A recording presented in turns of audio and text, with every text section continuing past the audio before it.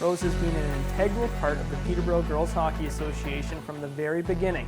As a player in 1979 to coach and executive member, she came up through the system, winning 10 OWHA provincial championships and numerous silver and bronze medals from Pee Wee B to Senior AA. She was a member of the Senior AAA Peterborough Skyway of the former Central Ontario Women's Hockey League in 1993, 1995, and 1996. Rose was the PGHA Midget AA assistant coach for the 1993 Ontario Winter Games, winning a bronze medal, and head coach for the 1998 Ontario Winter Games, and coach of the first outdoor hockey day under the Liftlocks tournament in 2009. During her term as PGHA president from 2004 to 2013, Rose took on many initiatives that strengthened the organization, one of which was promoting the brand Peterborough Ice Cats Girls Hockey Association and helping it to become one of the strongest female hockey organizations in the province. She captained her women's box lacrosse team for 2 years, won gold at the National East Low Pitch Championships in 2005 and gold at the Canadian Hockey Enterprises Championship Tournament in Montreal in 2005. Number 88 was a leader on every team she played on as captain and often top scorer. Rose Powers has dedicated her life to promoting and developing female hockey in Peterborough. She continues to play and coach the game she loves. Rose Powers. Hello. Thank you for joining me. Thank you. That is quite the detailed bio that they've done on you. And you haven't had a chance to hear that in front of a crowd yet. At the Evinrude for the induction dinner, you're the first person we've spoken to from the 2020 class, and the 2020 class missed out on that opportunity to have that. I'm sure it'll happen in the future, but to hear that, it's what I've asked everybody on this show. When you hear it all summarized and just put onto one page, what does that do for you? Well, it certainly gives me lots to reflect on, lots to think about. I think a lot about my teammates and how much fun we used to have. It also makes me feel like I'm getting a little bit older and think, oh boy, I'm at that point where I'm sitting back and I'm reflecting on where I've been and what I've done. And it's interesting because over your years, you just go on and you're just doing things. You're playing your sport, you're volunteering, and you're not really thinking about this is adding up or this is going to amount to, being in this magnificent building. So you just be you and you just do what you're doing, and yeah, so it's pretty interesting. I know that your father, Len Powers, who's a Peterborough District Sports Hall of Famer himself, had a lot to do with making sure that you got in here, but he, I guess, shared a similar sentiment where he didn't expect it to come to this point. And what did you guys talk about when you did find out? Well, I think, my first thoughts was there's a lot more deserving people to be in the hall. And I think you go, oh, geez, I don't fit that category. Like, I'm not, representing Canada. I haven't been to the Olympics. I'm, not in the NHL. All of these kinds of things come up for you. But, he was very encouraging, and he said that he brought in the information all to Patty, and Pat said, yeah, it's about time, and I said I was pretty surprised at that reaction, to be honest, because I thought, okay. Yeah, no. Well, you say you're not representing Team Canada, but do you think about who you are representing in Sport of Rainbow, which is perhaps a more meaningful community in the world right now in sports? Yeah. Do you think about who you are representing when you get to a point like this? Yeah, I very much think that Sport of Rainbow certainly is near and dear to my heart, of course. And again, I feel like it's really important to be visible. It's really important to, I really strongly believe that you can't be what you can't see. And, throughout my coaching career, throughout my playing days, I certainly had the opportunity to be coached, for example, by non-parents, and by other females, and that was really important to me. So I really believe that, you know, being visible to people, so being out, representing the LGBTQ plus community, representing sports, wanting sports to really be what it was for me to other people. So young kids growing up, you know, for me, my parents, you know, divorced. They, you know, and it was certainly amicable and all of that, but still I had sports to go through. I had sports to use as an outlet so that I could get out some of that maybe worry, anxiety, aggression, whatever it was that I was going through as a kid during that time. So, and I think about young people that either don't have access due to money, that they can't play sports, or certainly don't feel welcomed and included on a sports team. And I can, you know, kind of go on and on about situations and hearing situations of young players due to their sexuality, due to race, not feeling comfortable, not feeling like hockey is their sport, for example, because of the culture, because of the language that is used in the dressing room by coaches, things like that. So Sport a Rainbow to me is encouraging people to stand up against hateful speech and actions in whatever sport it is that they're playing, so that all kids and all adults can feel like they have a place. So there's language certainly in sports that needs to change, and I think it is culturally, I think that it is changing, but I feel like we need more representation, certainly of different races within sport. We need young people to be in a position that they can be themselves, be who they are truthfully, so that they can excel and exceed to the level that they're capable of. You can imagine, you know, playing an elite sport and carrying a secret around with you, carrying that weight around with you, that you can't be who you are. Therefore, you can't be totally present in the game, totally present in that moment to give it all that you have, because you're always worried, you're always carrying that around. You know, what if somebody knows I'm gay? What if somebody knows I'm this? What if a player here makes some derogatory comments about my race? Like, you're always holding on to that, and which in turn creates a whole lot of fear and anxiety, depression, things like that. So I'm just a strong believer that there is room in the world for everybody. And if I can do my part by being visible, being somebody that is out there in the world that people can see and be around, and knowing that, you know, I've got your back.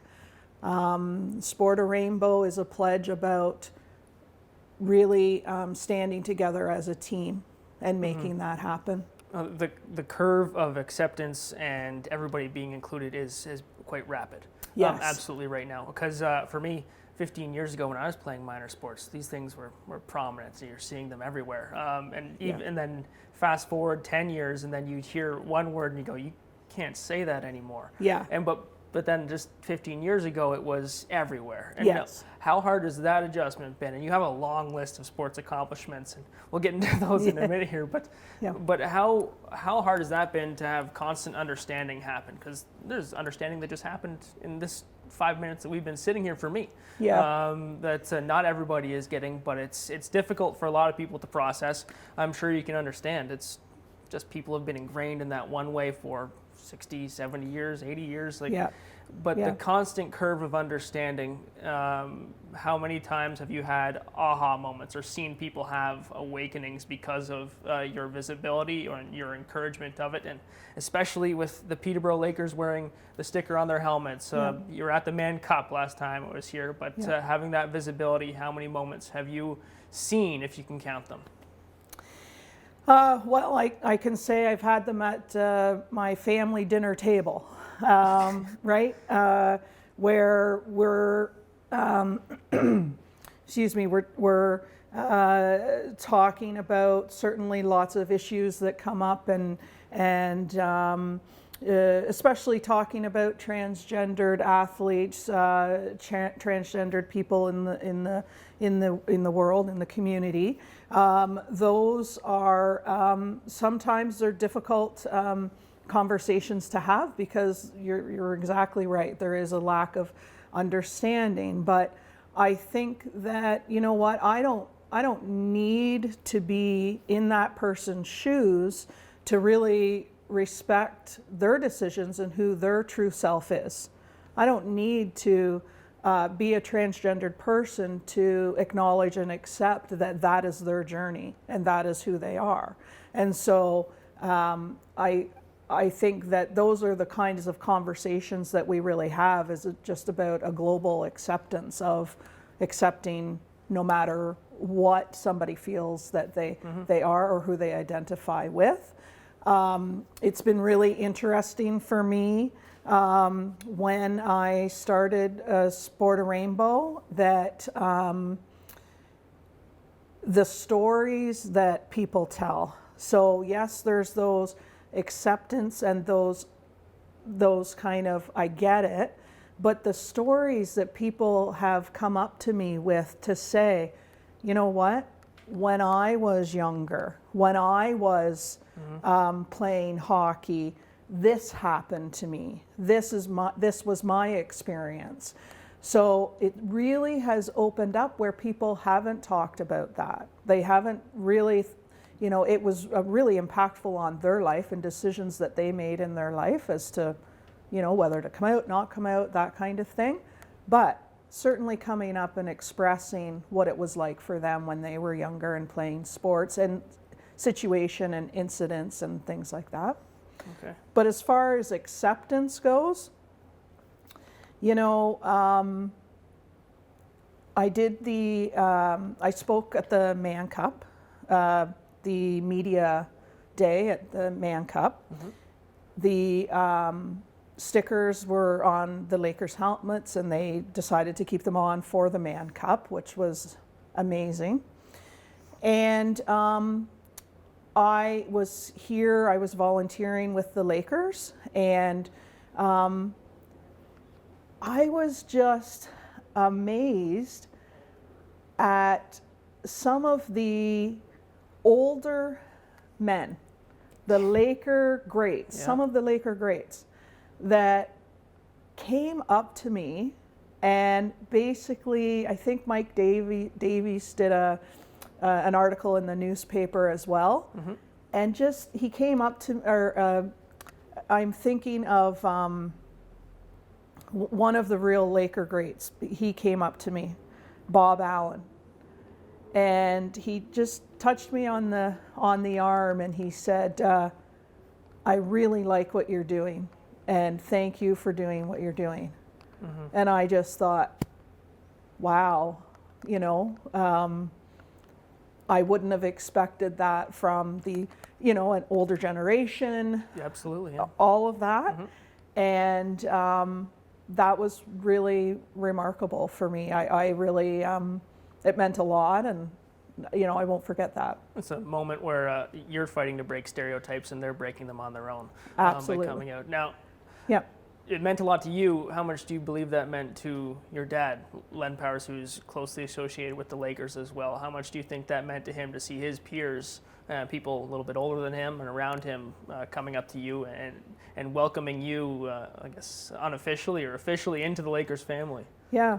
Well, really great. I mean, geez, since I was a little girl, I was around lacrosse and all of that. And boy, we had we had some fun times, I tell you, but I was always on the floor with them, you know, and was one of the ball girls, ball boys, running around the floor, and so I've always been a part of it, and I was really, I'm really proud, obviously, of my father, and I think that I'm a lot like him, and I see the dedication that he has given back to sport and how important that is, and he's led me in that way to, again, be involved, right? I think there's spectators and there's participants, and him and I are participants. We want to be involved. We want to,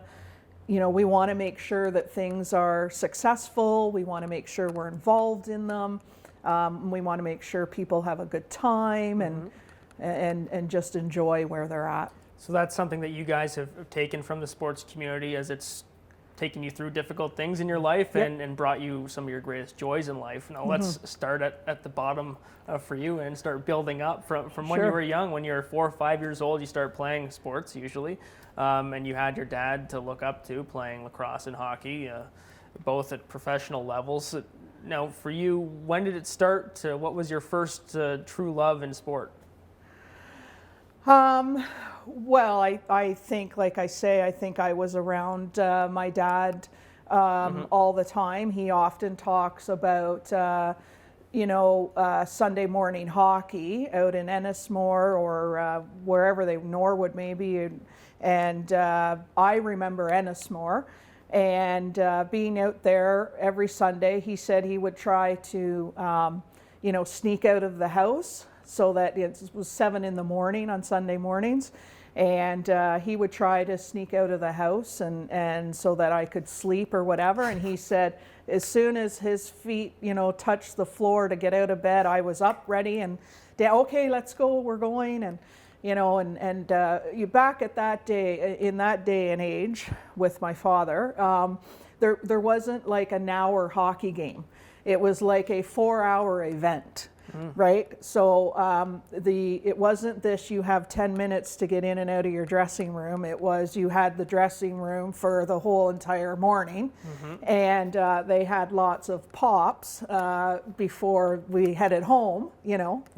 And so one of my fondest memories was I didn't really go to the rink to kind of be with my dad and that kind of thing. I was there so much that the man that ran the rink and did the Zamboni gave me a job. My job was to clean the snow off the ice and to move the nets. And so I couldn't miss, because who else was going to do that in the morning? So I am probably 8, 9 years old, and this was my job at the rink, was to move the nets and clean off the snow when he was done. And then they would feed me in chocolate bars for helping. Snack bar credit. That's absolutely. Good, yeah. So that was great. That's what I did. So that was my early kind of years in sports. I had cousins that played sports as well, and so I would go with my aunts to watch my cousins play hockey and all of that. So road hockey, out playing road hockey all the time, and yeah.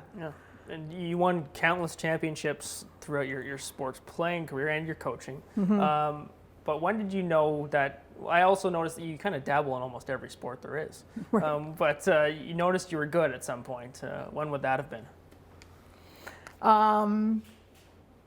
I'm not sure. How do you know I don't know. Well, I think you would have had a confidence about it if you're playing at a higher level of hockey and you're willing to go try rugby or play pretty much every sport you see. There's a level of confidence there in your athletic ability. But at what point did you kind of feel like I can go step out there and participate really anywhere?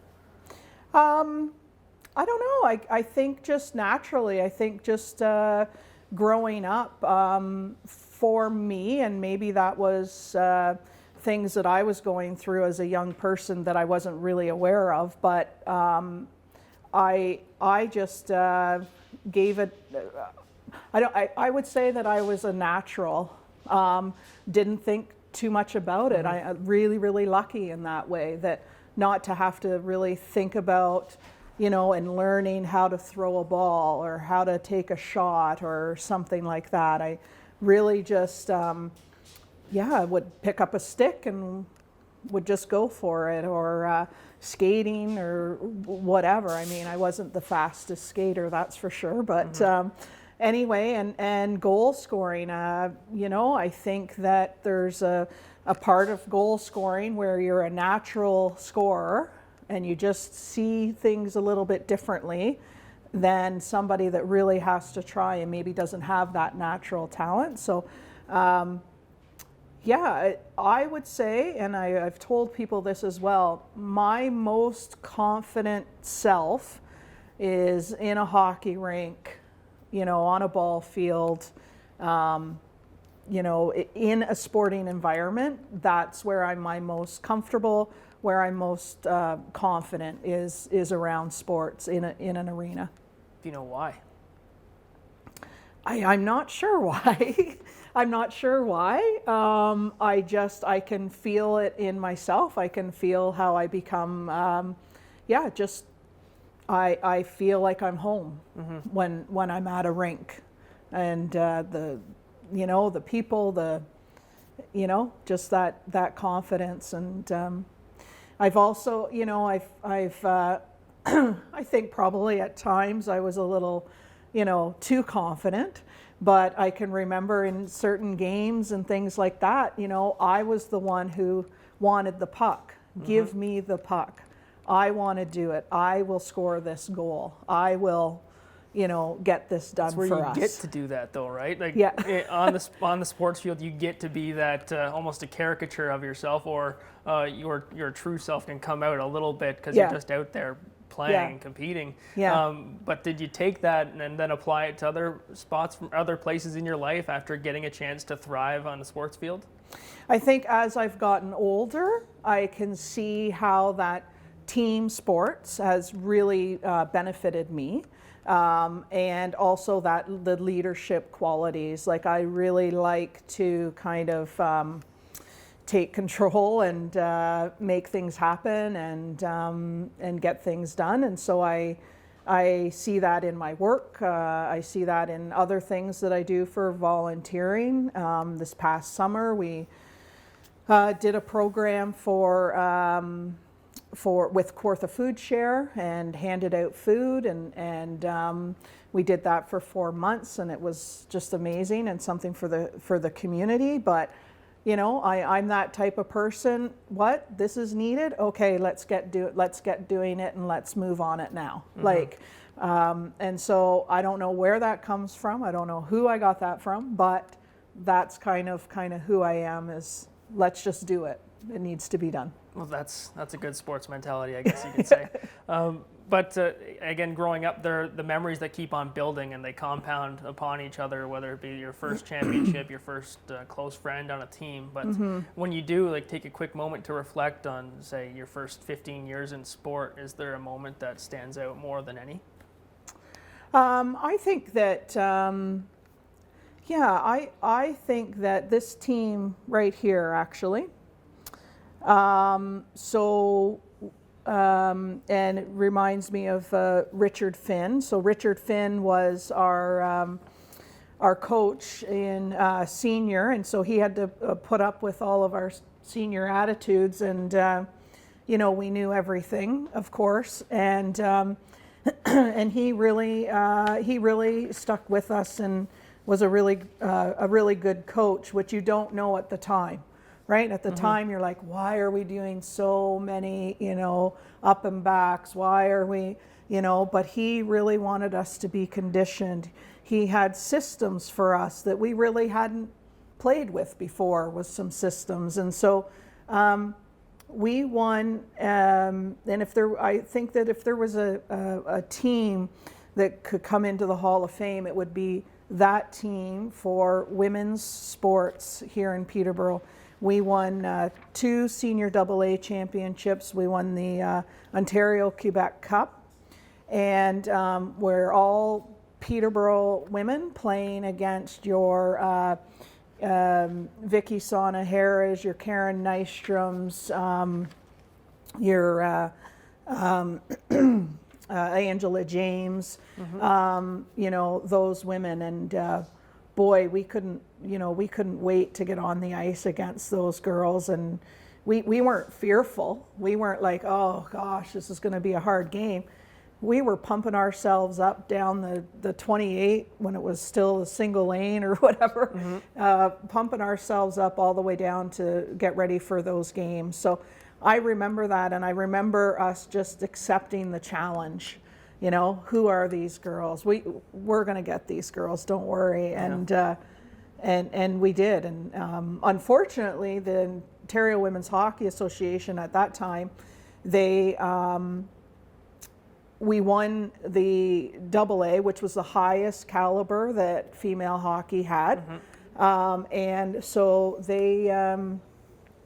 we won it 2 years in a row, and they basically said, at that time, they had just been starting the AAA level, and they said, if you stay together, you're going to have to move to the AAA level, which meant playing in a league, traveling all the time, and we just didn't. Everybody's working. We're all working. I think that's a real miss. How long has it been since there was senior hockey? Well, since there's been senior AA hockey or even senior A hockey, I'm going to guess that it's probably been 10 years. Okay. And now that group, I know that when we sat here with Leanne Quinn, she mentioned she played with Angela James in college, but there was, I'm sure, a lot of knowledge being passed on to you guys from some of the Peterborough hockey pioneers for you, but they would have known all those names. And how much did that mean to your success? Totally. As a young person, and when I was thinking about stories and things like that, I remember the senior team at that time. And so you had your, Patty Bronson, Cheryl Coombs, and Sonia Murray. All of those girls played on this senior team, and we looked up to those girls. Isabel Nichols, for example, didn't wear shoulder pads, and we were like, what? Like, you don't wear shoulder pads? Like, that's pretty cool. And so we, so all of those women, like, we went and watched them play. And at that time, they were still playing body contact. And so we went and watched them play, and that was really inspirational to me anyway. I wanted to play with them. I wanted to play on their team. And eventually we did play together, and we won a double overtime championship together, where I was one of the young ones on the team, and we won a championship with Cheryl Coombs scoring the double overtime winner. And what were the crowds like in those games? I know I read about your 2002 championship in Lakefield, where you mentioned that. Was that the one you're talking about right now? No, okay. This was another one. This was out of town, but that was the Ontario-Quebec Cup. Okay, yeah. And that was really, that is probably the highlight of my hockey career. You certainly had your parents, come out and watch your games and that kind of thing, but you really didn't get anybody else. And when we played in the Ontario-Quebec Cup, which Terry Cranley and his crew as executive fought for that game or for that tournament to be here, which was the top team in Ontario, which was us, and the top team out of Quebec. Yep. And they now, I think, call it the Canadian National Championships. But my cousin, both my cousins, one right now, Dean Morton, who's in the NHL as a referee, and Steve Webb, who's retired from the NHL and then the NHLPA. Those guys came. They came and watched. And, that was something. That was really something, because I had always gone and watched their games and what they did and that kind of thing.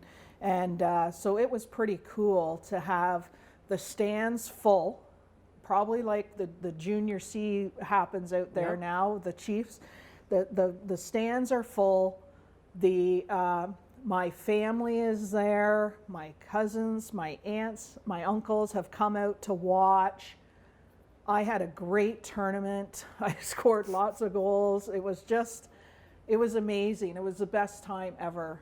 And I wish everybody could have that experience. But yeah, so that was, to me, that was the and it wasn't, excuse me, it wasn't so much about, kind of the event and that. It was just that, they were there, and I think my cousin Steve said to me, wow, like, where did you get those hands from? Like, we don't have those hands, and I'm like, yeah, I know. I like that. From an NHL player, that means a lot. That does mean a lot. He would have seen some guys with some pretty impressive hands, and I think he probably played with Alexei Yashin in New York. So that's totally. Some of the better hands you get to see. Now, for you, people talk about analytics a lot in sports now, but there are intangible factors like the fans. If you could put a percentage on this is all hypothetical, but a boost that you got, would you be able to put a percentage that you feel that would have been put on top of Rose Power's ability to play hockey, having a chance to play in front of your friends and family in Lakefield? Did that do that much to make you feel better out there? Absolutely. Yeah. Oh, yeah. I can't imagine, like, that would be my dream. I mean, back in the day, not now, of course, because I probably fall. But what is that like to step out into an arena full of people with lights and music and all of that kind of thing? Like, how do you not, like, how does that not energize you? How is your adrenaline not just rushing out of your chest and you're just ready to go? I know what it was like during that tournament at that time. We had music going out onto the ice, and it sounds so silly now because I know they all have music. You're Pee-wee and you got music out there. But for us at that time, like, we had to look around for someone to run the clock for us, for God's sake. Can someone run the clock? In between shifts. Yeah, so just to that energy and to feel that, just to, pop out on the ice and have all of that. I can remember coming out, I mean, it's Lakefield, it's not a big rink or anything like that, but I remember coming out of the dressing room during that time and people cheering and stuff like that. You almost want to take your helmet off for warm-ups. Oh, and just fly around. Let the flow go and the whole bit. So, and I think that it can happen. I would love to see, I wish I could go back and be a young person now, playing hockey and having the same opportunities that the girls do now. And that's a thing. Back in the day, we really just played to play. We just, there was no scholarships. There was no, I'm going to go to the, WNHL. I'm going to do whatever. None of that existed. It's a blessing and a curse at the same time, isn't it? Like, without having that goal to shoot for, it can feel like you're running into a glass ceiling. I imagine you felt that exact same way, or that way. But then there's also a purity to it. Would you trade one for the other? I think that what I see sometimes now is the pressure that is put on now that I think that male hockey has been feeling for decades. My kid's going to the NHL, my kid's going to do this, my kid's going to do that. For the girls, it was just you were there in the moment to win at whatever cost that was. And that was that's why you were there. You were there for the social aspect, for the team aspect, for the love of the game. That's why you were there. And oftentimes now I see where there's that natural talent that happens, and the parent, I think, gets a little excited. The people around them get a little bit excited. But if that young person isn't as excited or energetic about what they want to do, then all that is pressure for that kid to do well. And oftentimes I see parents and coaches pushing those kids that have that extra special talent too much ice, too much time, too much focus on this, and not enough focus on kind of all sports, you know, the social aspect of the game, all of that kind of thing. So in answer to your question, I kind of liked just playing strictly for the love of the game. Yeah, it would be nice if you could convince people that that is the way to play it, but everybody sees it. And you're speaking from experience as a coach yourself. Yeah. Having difficult to manage parents and even some tough situations for yourself as a coach as well. I know that's something else that I read about. And we've talked about if you can't see it, you can't be it. So that was one of the first things you said. And you were embodying that being it was in the 90s, right? This story? Yes. So you were a coach and the parents outed you to the team, and then some parents tried to have you removed. Yes. Yeah. So talk about overzealous parents trying to protect who knows what they were thinking in that moment, but going through your coaching and getting into that moment, just explain that feeling to me. I can't think of any way to relate to it, but you were doing what you love and trying to help kids experience the same things you experienced through sport, and people tried to take it away from you for an unjust way. But take me through that experience. Sure. And if I can, I'll go back even further. But one of the reasons that I got into coaching and wanted to go down that route was because I tried out for Team Canada in the very, very early years of Team Canada for women. Probably we were still in the pink jersey, pink pants, the pink pants and the pink jersey. Now, we didn't know that at the time when we tried out, because that may have had an impact as to whether... It is kind of shocking. A sidebar it is there. A little, yeah. The white and pink for a national color was... I don't know. I don't know what they were trying to be unique in some way, I guess. I don't know. Anyway, trying to be women. Yeah, and sure. Apparently we only needed pink to be women. But anyway. So anyway, I think that... So I went to the Team Canada tryout, and at the Team Canada tryout, somebody from across, as we were playing our game, someone from across the rink came over, and they said they wanted me to partner up with two current Team Canada, or they were going to be on it. I think it was Laura Schuler and it might have been Karen at that time. And they said to me, okay, so we want to get you the puck, and so we're going to do a triangle, you say hi, blah, blah, blah, went on. And I was like a deer in headlights. I was like, what? Like, we just go out and play. We don't, what are you talking systems? What are you talking about? We just go out and play. So they go on, and I go, okay, yeah, sure, no problem. I'm like, I don't know what they mean. Like, we just play, So anyway...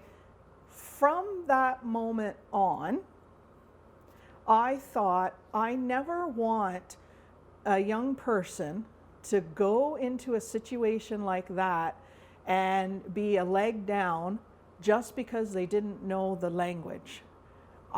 We played like that. We did that, all of that, but we didn't know the language. Nobody was teaching us systems.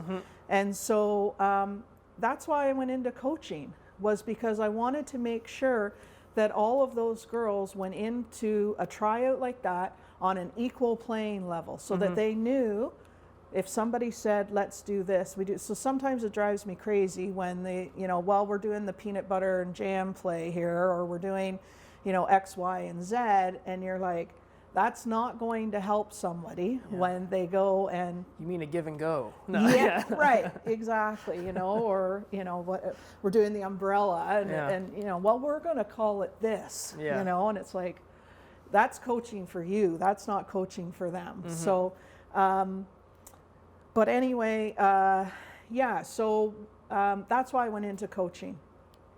And so I was pretty excited. I had coached 1 year at Pee Wee C level. And if you don't think the parents are competitive at Pee Wee C, be surprised. But anyway, so I put that in. And then there was, we never had a midget, really even an A team at that time in our association. But the Ontario Winter Games were coming. And so I wanted to put in to be a coach, and we were a full female bench and no parents on the bench.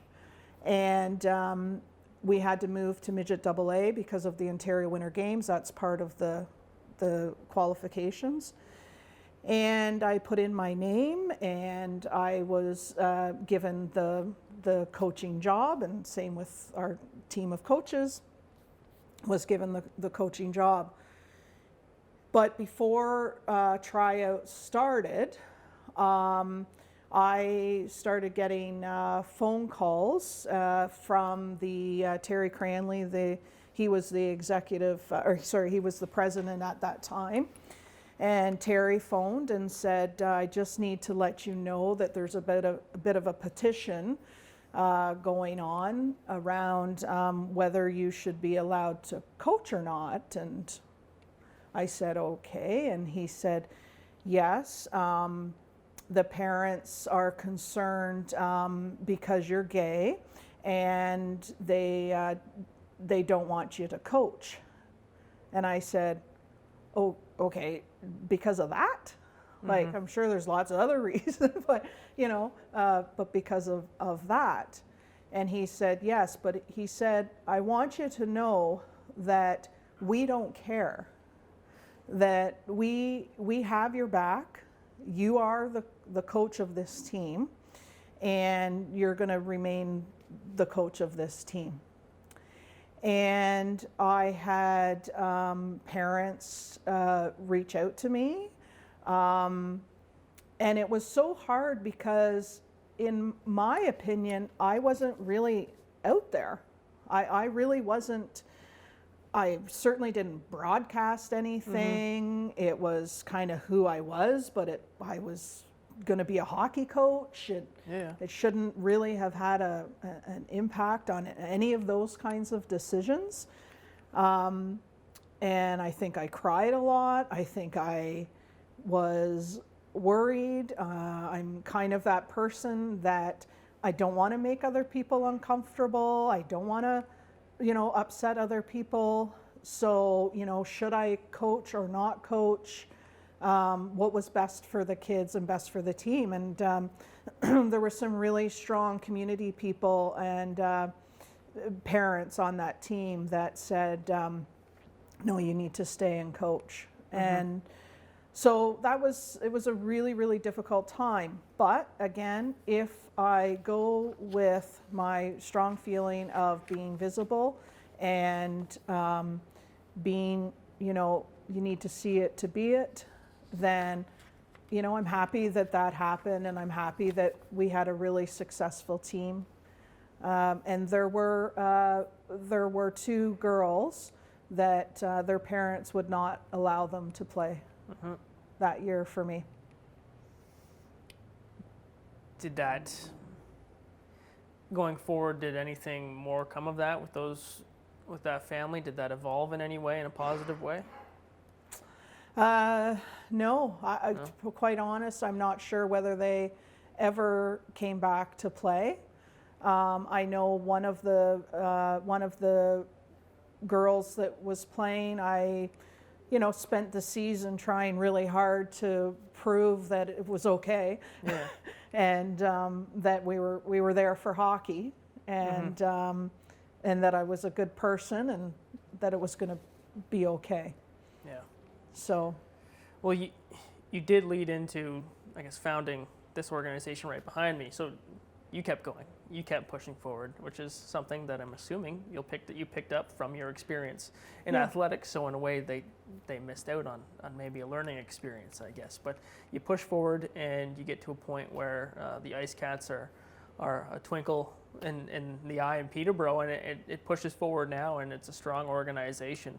But to see the jumps that girls hockey, women's hockey has taken in town, how much does that mean to reflect upon?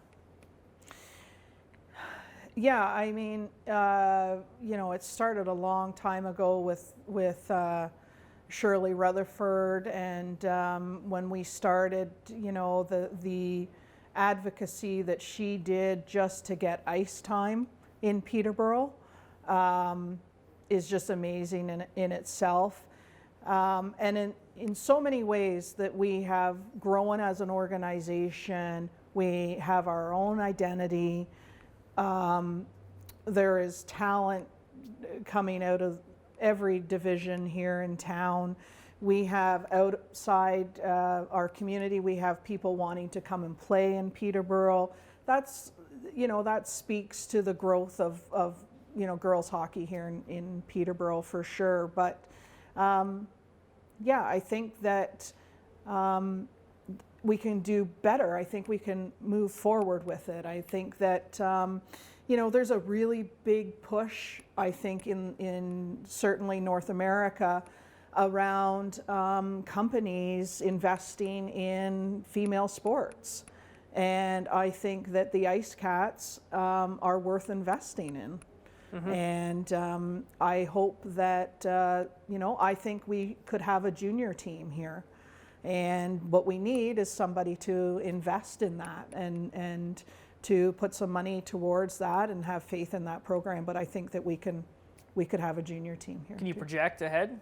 Like, if you think about it in your realistic mindset, can you project 10 years down the road and what potentially could be for girls hockey? Well, I think that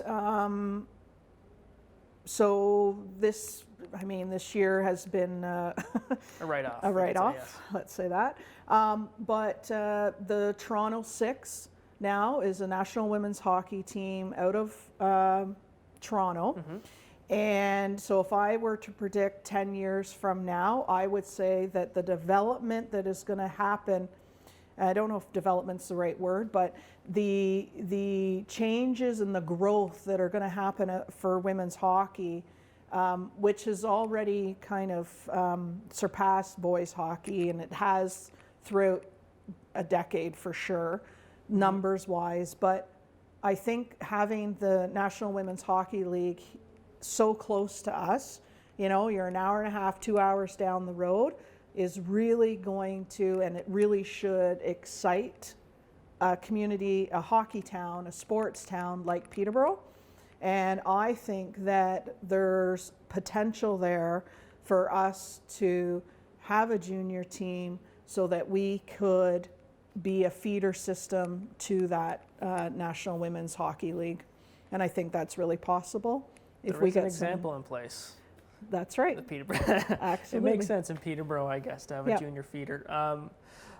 And that when you do expect that to come, or you hope that'll come to fruition, now there's a confusion when it comes down to it for the direction that girls will go, where guys will go play junior hockey in the OHL, mm-hmm. and then they don't have the option to go to the NCAA. Would that be the same for junior hockey for girls here in Ontario? Is it the same thing that'll ruin your NCAA scholarship potential, or would you have to go play U Sports beyond that before you go to the pro ranks? Do you know what that system would be like? I think that would be something, again, that would develop out of numbers. Okay. That's what I think. I think that at this point in time, you want the best caliber of hockey on the ice. Mm-hmm. So wherever that has developed from, or wherever that experience has come from, I think they're open to it. Mm-hmm. And I think that's what they want. Will it get to a point where you can't do both or what have you? Absolutely. I think it could get to that, but there needs to be a lot more growth. You want to put the best product on the ice right now. Yeah, right. Now we've touched on your advocacy with Sport of Rainbow. We've touched on your hockey career pretty in depth, and there are a couple more things on there where you're slow pitch, or playing baseball, right, and box lacrosse, and also the number 88. You're referred to as number 88. First of all, explain to me why number 88. Well, I am a huge fan of Eric Lindros, and I really loved the way that Eric played. And I'm a kind of bigger girl and a forward, and I saw him as a bigger guy, a power forward, Yeah. and I just loved it. And I just loved the way he shot. Like I bought his sticks, I taped them the way he did, and I got made fun of a lot for liking Eric. But Because you're in Peterborough? yes, Yes, well, that okay, had yeah. something to do with Yeah. it too. But with all the Quebec thing that happened, and he's this big baby and everything like Yeah. that. But I was like, I love the way he plays. I just love the way he plays, and he was gritty, and he was the guy that give me the puck, I want the puck, and I just saw a lot of similarities between the way he played the game and the way I wanted to play the Oshawa game. General too. Wow. That's yeah. In this Hall of Fame. Unbelievable. I know. No, That's yeah. That's yeah. okay. Peterborough, Oshawa. That's right. I know. That's okay. I know. Bill Armour is a member of the Peterborough and District Sports Hall of Fame and the Oshawa Sports Hall of Fame There as well. you go. So there's another example. There you go. And but- I think of yeah. him more as the Philadelphia Flyer guy, Okay. not so much the Oshawa guy. But yes, That's where Eric Lindros made his mark Yeah. on hockey, you'd have to say. absolutely. Yeah, for sure. And now you played box lacrosse, which doesn't exist for girls anymore, I'm guessing. I haven't seen it or heard of it. So how long was that there for you, that option? Yeah, so I feel like in my life I've done a lot of firsts. So, kind of the first senior women's rugby team, the first senior women's lacrosse team, like, this kind of thing, that a lot of firsts. But I think that there is a league that still exists. It's a non-contact league, and it's Friday nights, and women get together and they play it. But boy, did I ever gain a bigger respect for box lacrosse players after playing it. Have you played box lacrosse? Yeah. It's quite chaotic. Wow. And it's one thing to, throw a ball, catch it, throw a ball, catch it, that kind of thing. Try, to do that on the run and then make a pass and that kind of thing. Like, we were, women, but we had to really learn the game. Like, we really had to learn the game and the basics of it. Yeah. So that was really interesting. But what we really were excited to do, a lot of us, was to hit people. That's really what we were like, yay, Yeah. we got equipment, we're going to hit people. What we didn't expect to happen back was people would hit us back. So it was all fine when we were hitting, but when they started hitting us, then we started going, oh, this isn't so much fun anymore. But we, and it was a really great time, and we had our, you hear lots of stories about lacrosse games down in, whether it be in Six Nations or what's the other Six Brampton Nation or in Hamilton there. Akwesasne? Yeah, Akwesasne, all of that. And anyway, we were playing against Six Nations, and we ended up in a brawl. Now, not a fan in the stands, not anything, of course, Yeah. right? But we ended up in a brawl, and we needed the, kind of the escort out of town and the whole bit. Yeah. And it was so interesting because you've heard all these stories about, men's lacrosse and these crazy situations that happen and all of that. And here we are involved in one of these kind of crazy situations and that kind of thing. So that was... You can take a temperature of a lacrosse game and it's right near a boiling point at pretty much any moment, right? When people are swinging sticks at each other and cross-checking, it's going to get to that. So. Oh, yeah. So that was boy, did I ever gain a whole different kind of respect for box lacrosse after being able to play it. Yeah. And again, I think that I hear that as well with women's hockey. And a lot of moms join hockey because they want to understand the game a little more, and they maybe didn't grow up playing hockey, and they join it. And then they have a new respect for their kids that are, getting all the equipment on and out there playing and stuff like that. So, it's kind of like that. That's what was happening for box lacrosse. So. Now you watch it through a different lens afterwards. Yes, it didn't feel so great to see fights happen anymore. It made me cringe. I was like, oh gosh, that doesn't feel good. I'll ask you what we briefly touch on your slow pitch on your baseball, if you really quickly before we run out of time. But let me know about that championship as well. Oh, geez. I think we were up in Niagara Falls. We, I think, played about 9 games of baseball. We were exhausted. I was pitching, and I thought my arm was going to fall off. But again, if you talk about that mindset that we're going to get this done, this is what's going to happen here. Everybody just battled through, and it was just so great. Again, I think more firsts, but baseball, I wouldn't say baseball was my strongest sport actually, but again, in being a leader and wanting that ball in your hand, puck on your stick, whatever that situation is, it's kind of like, give it to me. I want to do this. And it doesn't always come out the best, but I still am that person that wants to do that. So good. Now, one sentence. Rose Power's sports legacy is? Geez. You'll have to edit that geez. That's okay. Wow.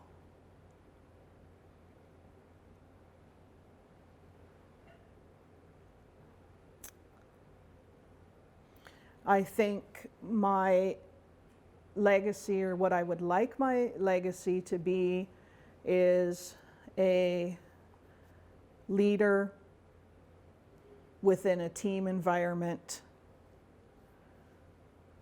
determined to have everybody be successful, whatever that looks like, championships or a good, enjoyable time. I think that's a good legacy to have and a good legacy to aim for. So Rose, thank you so much for your time. It was a joy talking to you. I learned something. I hope that everybody gets to learn something from watching this. So thanks again. Thank you very much.